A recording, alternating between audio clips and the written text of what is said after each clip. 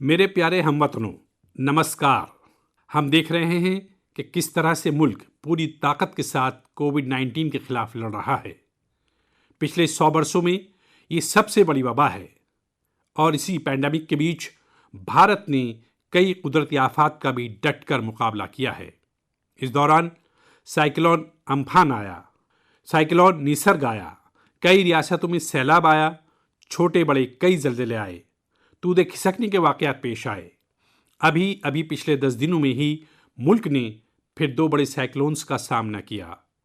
मगरबी साहिल पर साइक्लोन ताउते और मशरकी कोस्ट पर साइक्लोन यास। इन दोनों गिरदावी तूफानों ने कई रियासतों को मुतासिर किया है। मुल्क और मुल्क के अवाम इनसे पूरी ताकत से लड़े और कम से कम जानी नुकसान को यकीनी बनाया। हम अब से महसूस करते हैं कि साबिक़ा बरसों के मुकाबले में ज़्यादा से ज़्यादा लोगों की जान बचा पा रहे हैं।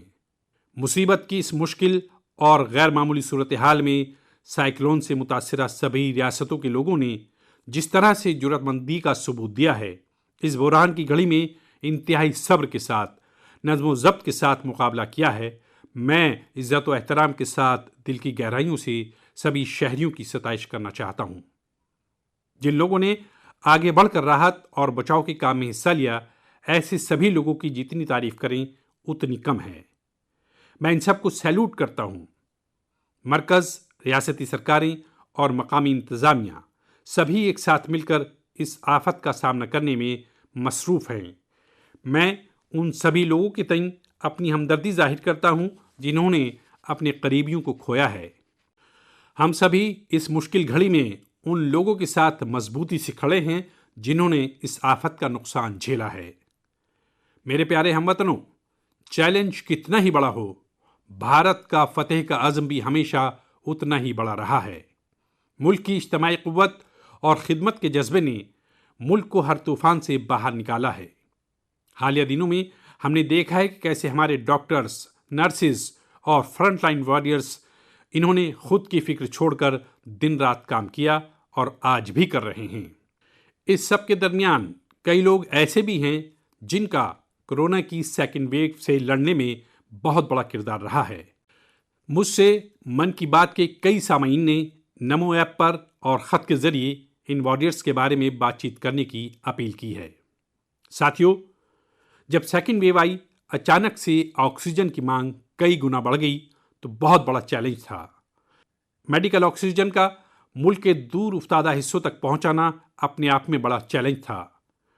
ऑक्सीजन टैंकर ज़्यादा तेज़ चले, छोटी सी भी भूल हो तो उसमें बहुत बड़े धमाके का खतरा होता है। इंडस्ट्रियल ऑक्सीजन की पैदावार करने वाले काफ़ी प्लांट मुल्क के मशरक़ी हिस्सों में हैं। वहाँ से दूसरी रियासतों में ऑक्सीजन पहुँचाने के लिए भी कई दिनों का वक्त लगता है। मुल्क को दरपेश इस चैलेंज में मुल्क की मदद की क्रायोजेनिक टैंकर चलाने वाले ड्राइवर्स ने, ऑक्सीजन एक्सप्रेस ने, एयरफोर्स के पायलट्स ने, ऐसे बेशुमार लोगों ने जंगी पैमाने पर काम करके हजारों लाखों लोगों की जिंदगी बचाई। आज मन की बात में हमारे साथ ऐसे ही एक साथी जुड़ रहे हैं, यूपी के जौनपुर के रहने वाले जनाब दिनेश उपाध्याय जी। दिनेश जी नमस्कार। सर जी प्रणाम। सबसे पहले तो मैं चाहूंगा कि आप जरा अपने बारे में हमें जरूर बताइए। सर हमारा नाम दिनेश बाबुलनाथ उपाध्याय है। मैं गांव हसनपुर, पोस्ट जमुआ, जिला जौनपुर का निवासी हूं सर। उत्तर प्रदेश से हैं? हाँ सर। जी। और सर हमारा एक लड़का है, 2 लड़की और औरत और माँ बाप। और आप क्या करते हैं? सर मैं ऑक्सीजन का टैंकर चलाता हूं सर, लिक्विड ऑक्सीजन का। बच्चों की पढ़ाई ठीक से हो रही है? हाँ सर, बच्चों की पढ़ाई हो रही है, लड़कियां भी पढ़ रही हैं दोनों और मेरा लड़का भी पढ़ रहा है ये सर। ऑनलाइन पढ़ाई भी ठीक से चलती है उनकी? हाँ सर, अच्छे ढंग से कर रहे हैं। अभी बच्चियां हमारी पढ़ रही हैं, ऑनलाइन में ही पढ़ रही हैं सर। सर 15 से 17 साल हो गया सर मैं ऑक्सीजन का टैंकर चलाता हूं सर। अच्छा, आप ये 15-17 साल से सिर्फ ऑक्सीजन लेके जाते हैं तो सिर्फ ट्रक ड्राइवर नहीं है आप, एक प्रकार से लाखों का जीवन बचाने में लगे हैं। सर हमारा काम ही ऐसा है सर ऑक्सीजन टैंकर का कि हमारी जो कंपनी है आइनॉक्स कंपनी, वो भी हमारा लोग का बहुत ख्याल करती है और हम लोग कहीं भी जाके ऑक्सीजन खाली करते हैं तो हमें बहुत खुशी मिलती है सर। लेकिन अभी कोरोना के समय में आपकी जिम्मेदारी बहुत बढ़ गई है। हाँ सर, बहुत बढ़ गई है। जब आप अपने ट्रक की ड्राइविंग सीट पर होते हैं तो आपके मन में क्या भाव होता है? पहले की तुलना में क्या अलग अनुभव? काफी दबाव भी रहता होगा, मानसिक तनाव रहता होगा, परिवार की चिंता, कोरोना का माहौल, लोगों की तरफ से दबाव, मांगे, क्या कुछ होता होगा? सर हमें कोई चिंता नहीं होता, हमें खाली यही होता है कि मैं अपना जो कर्तव्य कर रहा हूँ सर जी, वो हम टाइम पे लेके अगर हमारे ऑक्सीजन से किसी को अगर जीवन मिलता है तो ये हमारे लिए बहुत गौरव की बात है। बहुत उत्तम तरीके से आप अपनी भावना व्यक्त कर रहे हो। अच्छा ये बताइए, आज जब इस महामारी के समय लोग आपके काम के महत्व को देख रहे हैं, जो शायद पहले इतना नहीं समझा होगा, अब समझ रहे हैं, तो क्या आपके और आपके काम के प्रति उनके नजरिए में परिवर्तन आया है? हाँ सर जी, अभी पहले हम ऑक्सीजन के ड्राइवर कहीं भी जाम में इधर उधर फंसे रहते थे, लेकिन आज के डेट में प्रशासन ने भी हमारा लोग का बहुत हेल्प किया। और जहां भी हम जाते हैं, हम भी हमारे अंदर से एक जिज्ञासा आती है, हम कितने जल्दी पहुंच के लोगों की जान बचाएं सर। चाहे खाना मिले चाहे न मिले, कुछ भी दिक्कत हो, लेकिन हम हॉस्पिटल पहुंचते हैं जब टैंकर लेके, और देखते हैं कि हॉस्पिटल वाले हम लोग को वी का इशारा करते हैं, उनके फैमिली लोग जिसके घर वाले एडमिट होते हैं। अच्छा, विक्ट्री का भी बताते हैं? हाँ सर, वी बताते हैं, कोई अंगूठा दिखाता है। हमको बहुत तसल्ली आती है हमारे जीवन में कि हमने कोई अच्छा काम जरूर किया है, जो मुझे ऐसा सेवा करने का अवसर मिला है सर। सारी थकान उतर जाती होगी। हाँ सर, हाँ सर। तो घर आकर के बच्चों से बातें बताते हो आप सब? नहीं सर, बच्चे तो हमारे गांव में रहते हैं, हम तो यहाँ आइनॉक्स एयर प्रोडक्ट में मैं ड्राइवरी करता हूँ। 8-9 महीने के बाद तब घर जाता हूँ तो सर। कभी फोन पे बच्चों से बात करते होंगे तो हाँ सर, बराबर होता है। तो उनके मन में रहता होगा, पिताजी जरा संभालिए ऐसे समय। सर जी, वो लोग बोलते हैं पापा काम करो लेकिन अपने सेफ्टी से करो, और हम लोग सर सेफ्टी से काम करते हैं। हमारा मानगांव प्लांट भी है और आइनॉक्स बहुत हमारा लोग का हेल्प करता है। चलिए दिनेश जी, मुझे बहुत अच्छा लगा आपकी बातें सुन करके, और देश को भी लगेगा कि इस कोरोना की लड़ाई में कैसे कैसे किस प्रकार से लोग काम कर रहे हैं। आप 9-9 महीने तक अपने बच्चों को नहीं मिल रहे हैं, परिवार को नहीं मिल रहे हैं, सिर्फ लोगों की जान बच जाए। जब ये देश सुनेगा ना, देश को गर्व होगा कि लड़ाई हम जीतेंगे, क्योंकि दिनेश उपाध्याय जैसे लाखों लाखों ऐसे लोग हैं जो जी जान से जुटे हुए हैं। सर जी, हम लोग कोरोना को किसी ना किसी दिन जरूर हराएंगे सर जी। चलिए दिनेश जी, आपकी ये भावना, यही तो देश की ताकत है। बहुत बहुत धन्यवाद दिनेश जी, और आपके बच्चों को मेरे आशीर्वाद कहिएगा। ठीक है, प्रणाम। धन्यवाद। प्रणाम प्रणाम। धन्यवाद। साथियों, जैसा कि दिनेश जी बता रहे थे, वाकई जब एक टैंकर ड्राइवर ऑक्सीजन लेकर अस्पताल पहुंचते हैं तो खुदा के भेजे हुए फरिश्ते ही लगते हैं। हम समझ सकते हैं कि ये काम कितनी जिम्मेदारी का होता है और इसमें कितना जहनी दबाव भी होता है। साथियों, चैलेंज के इस वक्त में ऑक्सीजन के ट्रांसपोर्टेशन को आसान करने के लिए भारतीय रेल भी आगे आई है। ऑक्सीजन एक्सप्रेस ऑक्सीजन रेल ने सड़क पर चलने वाले ऑक्सीजन टैंकर से कहीं ज़्यादा तेज़ी से, कहीं ज़्यादा मिकदार में ऑक्सीजन मुल्क के कोने कोने में पहुंचाई है। माओ बहनों को यूँ सुनकर फख्र होगा कि एक ऑक्सीजन एक्सप्रेस तो पूरी तरह ख़वातीन ही चला रही हैं। मुल्क की हर खातून को इस बात पर फख्र होगा। इतना ही नहीं, हर हिंदुस्तानी को फख्र होगा। मैंने ऑक्सीजन एक्सप्रेस की एक लोको पायलट शिरीषा गजनी जी को मन की बात में मदऊ किया है। शिरीषा जी नमस्ते।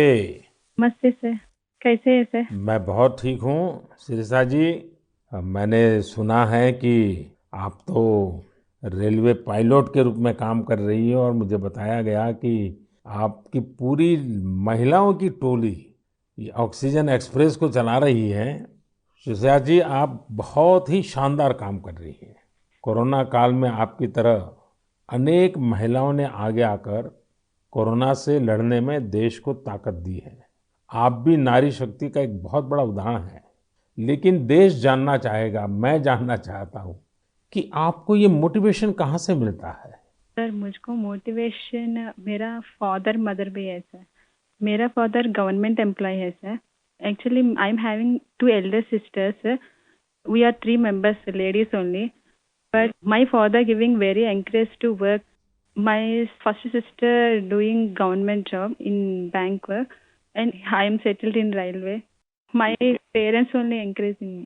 अच्छा शिरिषा जी, आपने सामान्य दिनों में भी रेलवे को अपनी सेवाएं दी हैं, ट्रेन को स्वाभाविक चला है, लेकिन जब ये एक तरफ ऑक्सीजन की इतनी मांग और जब आप ऑक्सीजन को लेके जा रही है तो थोड़ा जिम्मेदारी भरा काम होगा, थोड़ी और जिम्मेवारी होगी।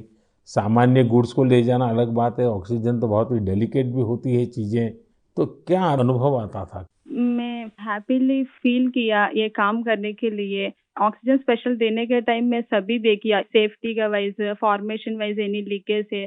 नेक्स्ट, इंडियन रेलवे भी सपोर्टिव है सर। ये ऑक्सीजन चलाने के लिए मुझको ग्रीन पाथ दिया, ये गाड़ी चलाने के लिए 125 किलोमीटर 1.5 आवर में रीच हो गया। इतना रेलवे भी रेस्पॉन्सिबिलिटी ले लिया, मैं भी रेस्पॉन्सिबिलिटी है सर। वाह, चलिए शिरसा जी, मैं आपको बहुत बधाई देता हूं और आपके पिताजी माताजी को विशेष रूप से प्रणाम करता हूं, जिन्होंने तीनों बेटियों को इतनी प्रेरणा दी और उनको इतना आगे बढ़ाया और इस प्रकार का हौसला दिया है। और मैं समझता हूं ऐसे माँ बाप को भी प्रणाम और आप सभी बहनों को भी प्रणाम, जिन्होंने इस प्रकार से देश की सेवा भी की और जज्बा भी दिखाया है। बहुत बहुत धन्यवाद शिरसा जी। धन्यवाद सर, थैंक यू सर। आपका ब्लेसिंग्स चाहिए सर बस मुझे। परमात्मा का आशीर्वाद आप पर बना रहे, आपके माता पिता का आशीर्वाद बना रहे। धन्यवाद जी। धन्यवाद सर। साथियों, हमने अभी शिरीषा जी की बात सुनी। उनके तजर्बे तहरीक भी देते हैं, जज्बाती भी करते हैं।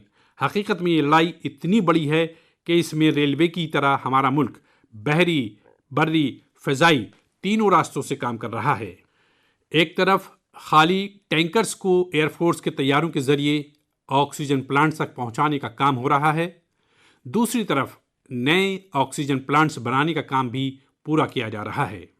साथ ही बैरूनी ममालिक से ऑक्सीजन, ऑक्सीजन कंसंट्रेटर और ऑक्सीजन टैंकर्स भी मुल्क में लाए जा रहे हैं। इसलिए इसमें नेवी भी लगी, एयरफोर्स भी लगी, आर्मी भी लगी और DRDO जैसे हमारे इदारे भी मसरूफ़ अमल हैं। हमारे कितने ही साइंसदां, इंडस्ट्री के एक्सपर्ट्स और टेक्नीशियंस भी जंगी पैमाने पर काम कर रहे हैं। इन सब के काम को जानने की, समझने की ख्वाहिश सभी अहले वतन के मन में है। इसलिए हमारे साथ हमारी एयरफोर्स के ग्रुप कैप्टन पटनायक जी जुड़ रहे हैं। पटनायक जी, जय हिंद। सर जय हिंद। सर मैं ग्रुप कैप्टन AK पटनायक हूँ, वायुसेना स्टेशन हिंडन से बात कर रहा हूँ। पटनायक जी, कोरोना से लड़ाई के दौरान आप बहुत बड़ी जिम्मेवारी संभाल रहे हैं। दुनिया भर में जाकर के टैंकर लाना, टैंकर यहाँ पहुँचाना। मैं जानना चाहूँगा कि एक फौजी के नाते एक अलग प्रकार का काम आपने किया है। मरने मारने के लिए दौड़ना होता है, आज आप जिंदगी बचाने के लिए दौड़ रहे हैं। कैसा अनुभव हो रहा है? सर, इस संकट के समय में हमारे देशवासियों को मदद कर सकते हैं, ये हमारे लिए बहुत ही सौभाग्य का काम है सर। और ये जो भी हमें मिशंस मिले हैं, हम बखूबी से उसको निभा रहे हैं। हमारी ट्रेनिंग और सपोर्ट सर्विसेज जो हैं हमारी पूरी मदद कर रहे हैं। और सबसे बड़ी चीज है सर, इसमें जो हमें जॉब सेटिस्फैक्शन मिल रही है वो बहुत ही हाई लेवल पे है और इसी की वजह से हम कंटिन्यूअस ऑपरेशंस कर पा रहे हैं। कैप्टन, आप इन दिनों जो प्रयास किए हैं और वो भी कम से कम समय में सब कुछ करना पड़ा है, उसमें अभी इन दिनों क्या रहा आपका? सर, पिछले 1 महीने से हम कंटिन्यूअसली ऑक्सीजन टैंकर्स और liquid oxygen containers domestic destination और इंटरनेशनल डेस्टिनेशन दोनों से उठा रहे हैं सर। करीब 1600 सॉर्टी से ज्यादा एयरफोर्स कर चुकी है और 3000 से ज्यादा घंटे हम उड़ चुके हैं। करीब 160 इंटरनेशनल मिशन कर चुके हैं, जिस वजह से हम हर जगह से ऑक्सीजन टैंकर्स, जो पहले अगर डोमेस्टिक में 2 से 3 दिन लगते थे, हम उसको 2 से 3 घंटे में एक जगह से दूसरी जगह पहुंचा सकते हैं सर। और इंटरनेशनल मिशंस में भी within 24 hour continuous round the clock operations करके पूरी एयरफोर्स इसमें लगी हुई है कि जितनी जल्दी हो सके हम जितने ज्यादा टैंकर ला सकें और देश की मदद कर सकें सर। कैप्टन, आपको इंटरनेशनल में अभी कहाँ कहाँ दौड़ भागना पड़ा? सर, शॉर्ट नोटिस पे हमें सिंगापुर, दुबई, बेल्जियम, जर्मनी और UK, ये सब जगह पे different fleets of the Indian air force sir, IL-76, C-17, और बाकी सारे विमान गए थे C-130, जो बहुत ही शॉर्ट नोटिस पे ये मिशन प्लान करके हमारी ट्रेनिंग और जोश की वजह से हम टाइमली इन मिशन को कंप्लीट कर पाए सर। देखिए, इस बार देश गर्व अनुभव करता है कि जल हो, थल हो, नभ हो, हमारे सारे जवान इस कोरोना के खिलाफ लड़ाई में लगे हैं। और कैप्टन, आपने भी बहुत बड़ी जिम्मेवारी निभाई है, तो मैं आपको भी बहुत बधाई देता हूँ।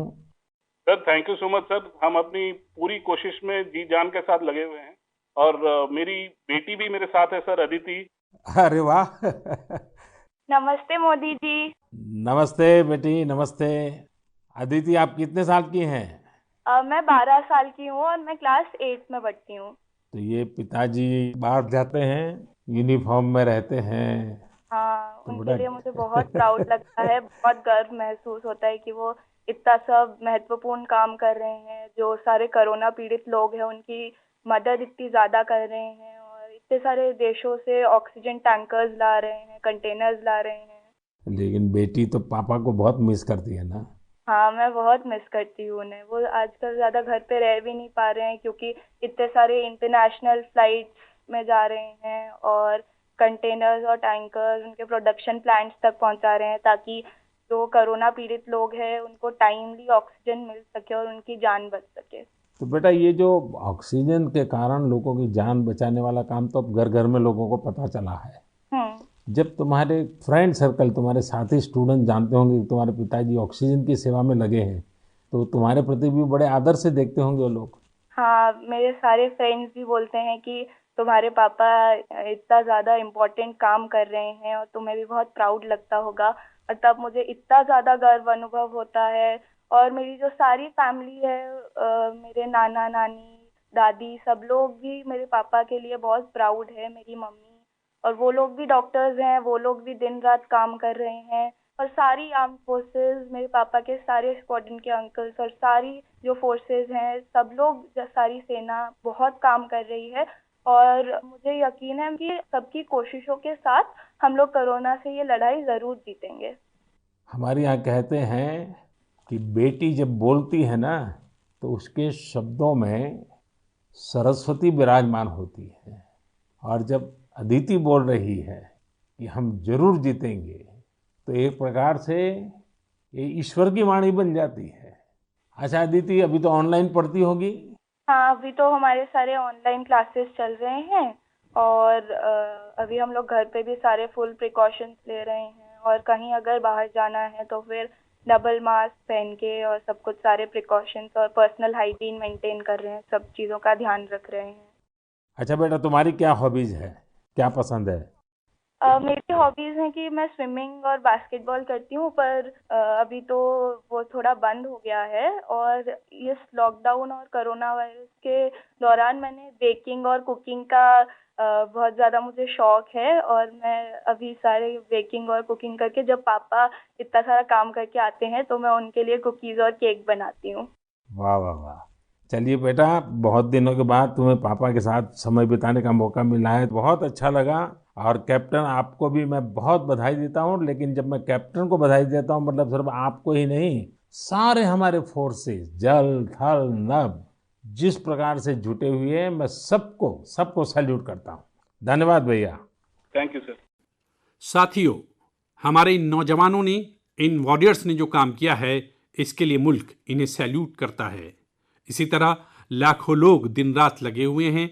जो काम वो कर रहे हैं वो उनके रूटीन का हिस्सा नहीं है। इस तरह की आफत तो दुनिया पर 100 साल बाद आई है, एक सदी के बाद इतना बड़ा बहरान।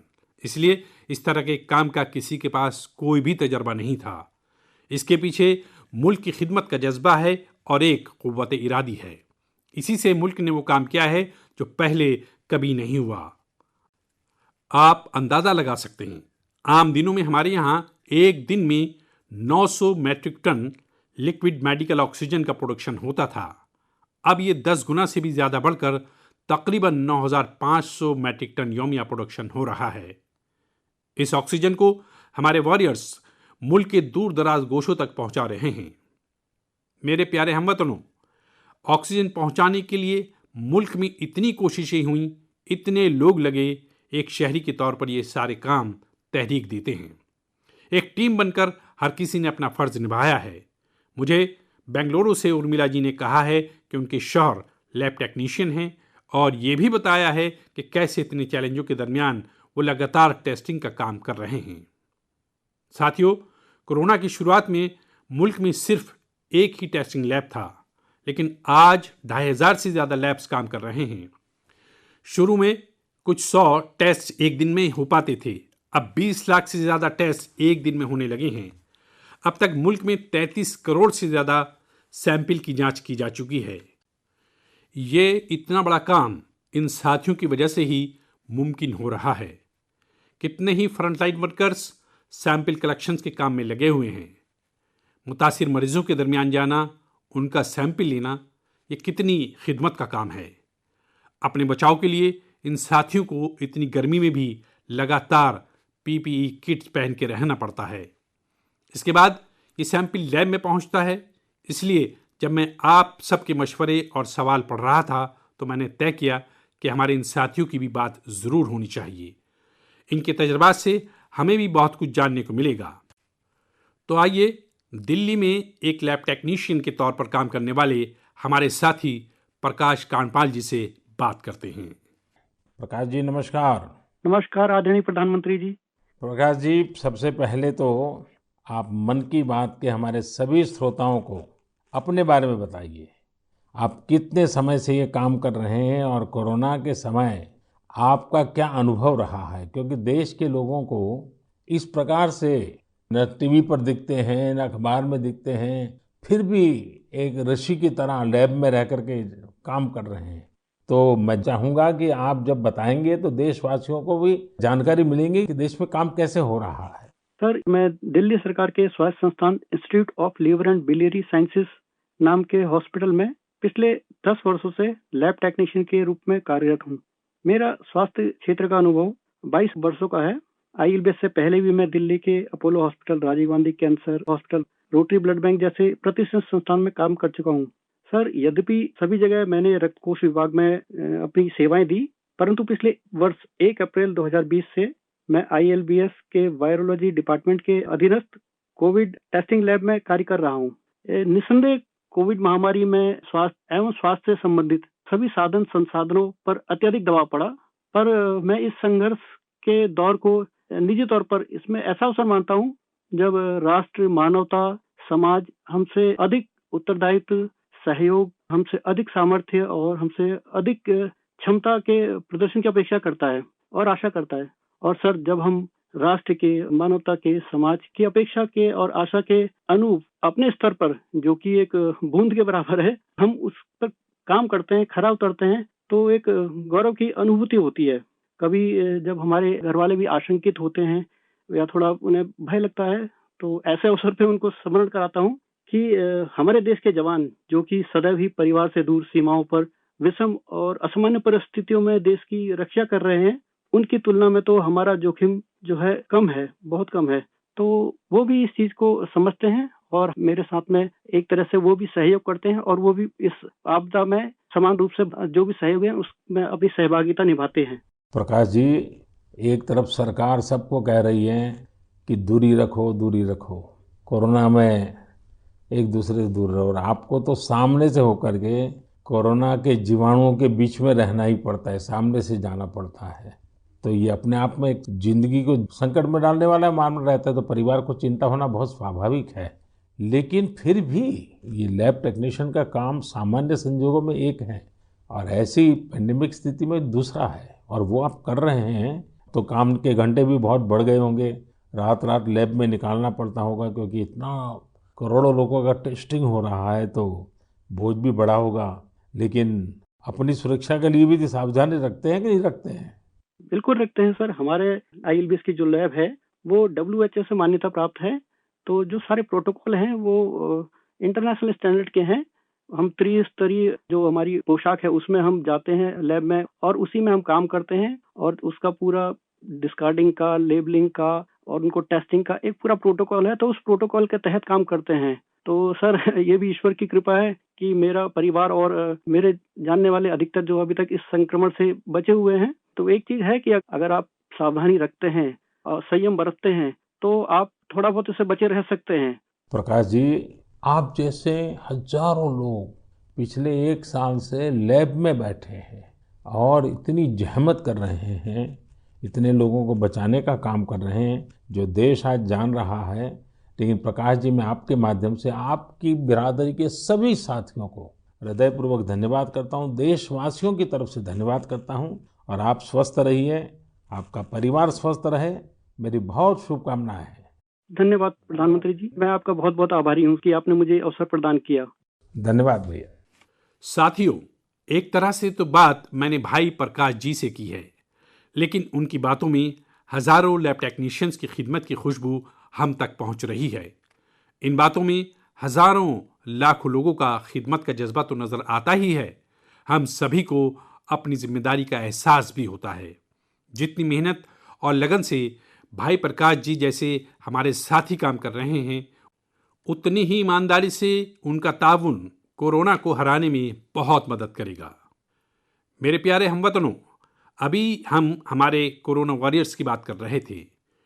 पिछले 1.5 सालों में हमने इनकी खूब लगन और मेहनत देखी है, लेकिन इस लड़ाई में बहुत बड़ा किरदार मुल्क के कई शोबों के बेशुमार वॉरियर्स का है।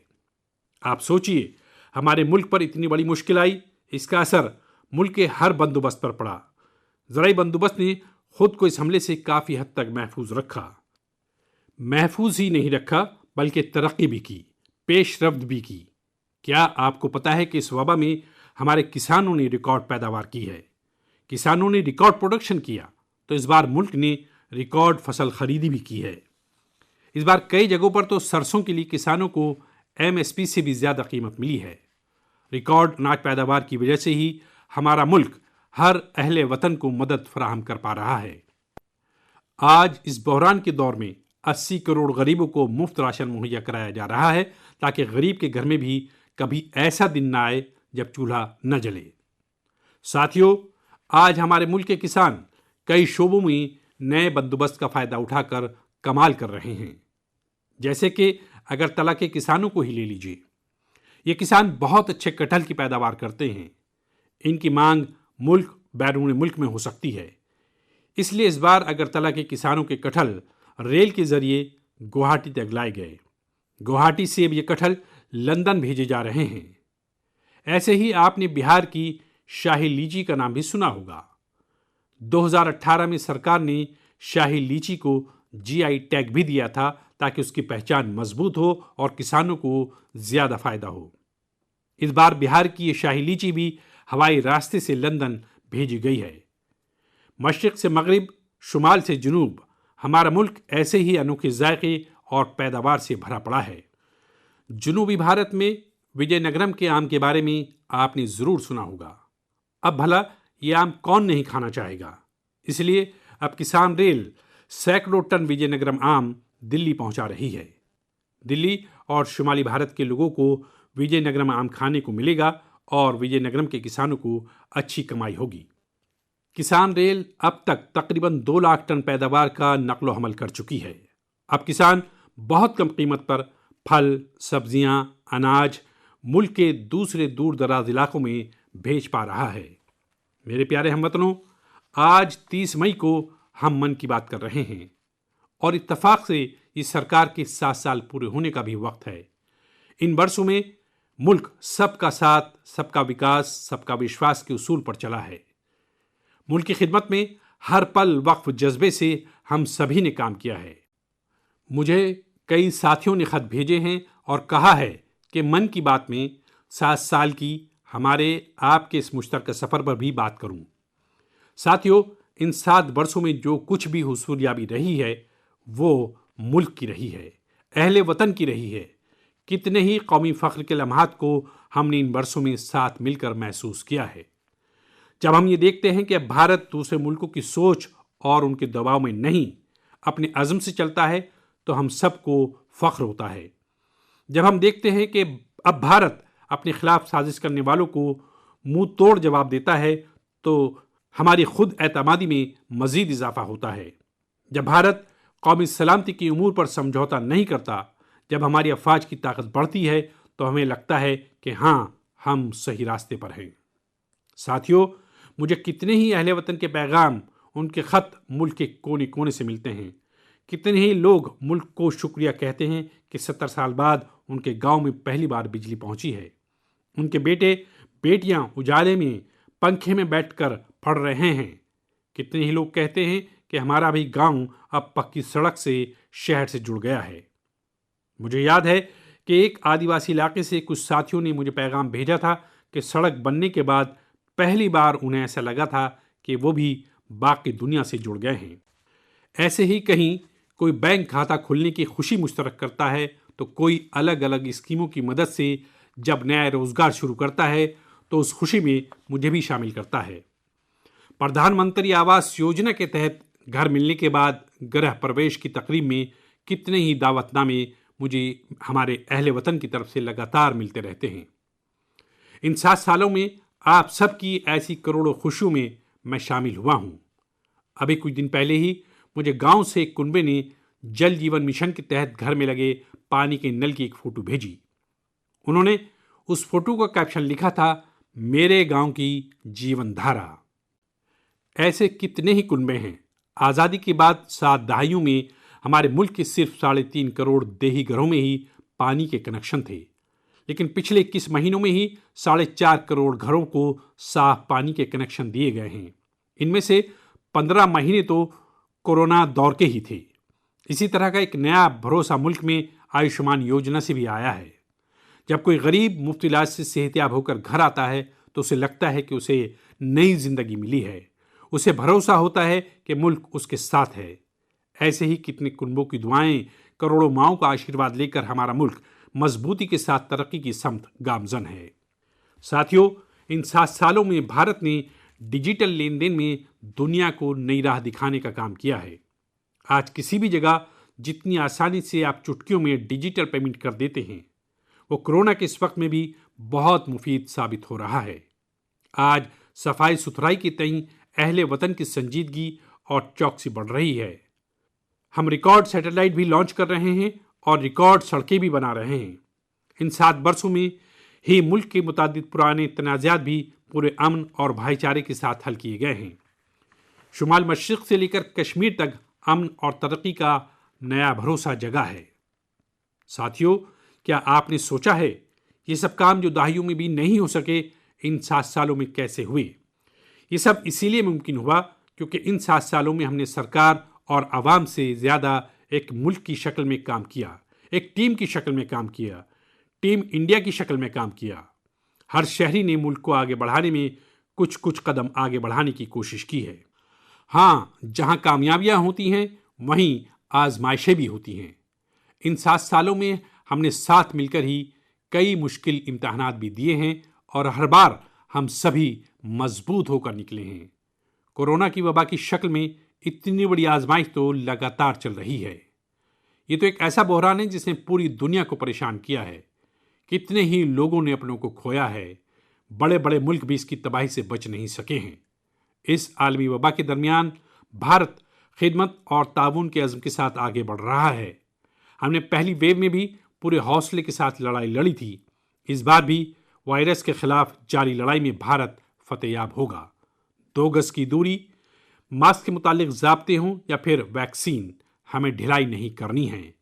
ये हमारी जीत का रास्ता है। अगली बार जब हम मन की बात में मिलेंगे तो अहले वतन की कई और बाइस तरगीब मिसालों पर बात करेंगे और नए मौज़ूआत पर बात करेंगे। आप अपने मशवरे मुझे ऐसे ही भेजते रहिए। आप सभी सेहतमंद रहिए, मुल्क को इसी तरह आगे बढ़ाते रहिए। बहुत बहुत शुक्रिया।